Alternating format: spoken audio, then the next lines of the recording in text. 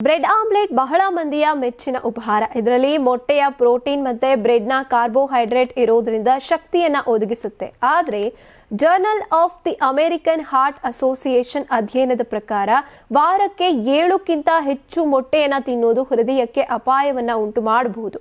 ಆದ್ರಿಂದ ಮಿತವಾಗಿ ಮಾತ್ರ ಸೇವಿಸೋದು ಉತ್ತಮ ಅಂತ ಹೇಳಲಾಗಿದೆ. ಮೊಟ್ಟೆಗಳಲ್ಲಿ ಅಮೈನೋ ಆಸಿಡ್ಸ್, ವಿಟಮಿನ್ B12 ಮತ್ತೆ D ಇರುತ್ತೆ.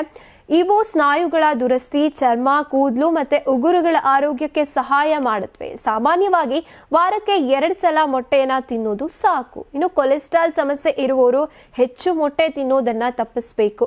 ಬ್ರೆಡ್ ಮತ್ತೆ ಆಮ್ಲೆಟ್ನ ಆರೋಗ್ಯ ಮೌಲ್ಯ ಅವುಗಳ ಗುಣಮಟ್ಟದ ಮೇಲೆ ಅವಲಂಬಿತವಾಗಿದೆ. ಧಾನ್ಯದ ಬ್ರೆಡ್ ಫೈಬರ್ ಮತ್ತೆ ಪೋಷಕಾಂಶಗಳನ್ನ ನೀಡುತ್ತೆ.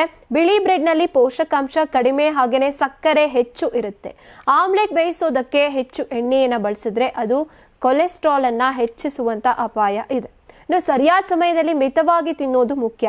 ಲೆಟಿಸ್ ಅಥವಾ ಟೊಮ್ಯಾಟೊ ತರಕಾರಿಗಳನ್ನ ಸೇರಿಸಿದ್ರೆ ಪೋಷಕಾಂಶ ಹೆಚ್ಚಾಗುತ್ತೆ. ಬೆಳಗ್ಗೆ 1 ಲೋಟ ಬೆಚ್ಚಗಿನ ನೀರು ಕುಡಿಯೋದು ಜೀರ್ಣಕ್ರಿಯೆಗೆ ಒಳ್ಳೆಯದು.